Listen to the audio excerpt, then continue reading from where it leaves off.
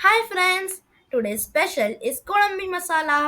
मम्माने मार्केटमधून कोळंबी आणून ती क्लीन केली आणि प्रत्येक कोळंबीमधून हा दोरा पण काढला, ज्यामुळे कोळंबीचा त्रास होत नाही.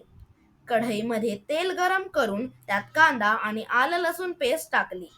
हा कांदा गोल्डन फ्राय झाल्यावर यात एक टोमॅटो टाकला आणि मग त्याला 2 to 3 मिनिट्स स्लो गॅसवर शिजवलं. मग यात घरचा गोडा मसाला ऍड करून सगळं मिक्स केलं. हा गोडा मसाला म्हणजे कांदा आणि सुक्या खोबऱ्याचे वाटप. मग यात 2 ते 3 कोकम टाकले. कोकम टाकल्याने कोळंबीला छान टेस्ट येते. त्यानंतर यात कोळंबी टाकली आणि तिला मसाल्यामध्ये नीट मिक्स केले. त्यानंतर यात हळद, लाल मसाला, गरम मसाला आणि थोडा एव्हरेस्ट चिकन मसाला आणि चवीनुसार मीठ टाकलं.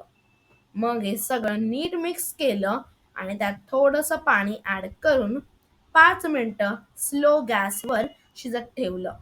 आणि हे शिजवताना वरून झाकण ठेवावे, म्हणजे कोळंबी पटकन शिजते.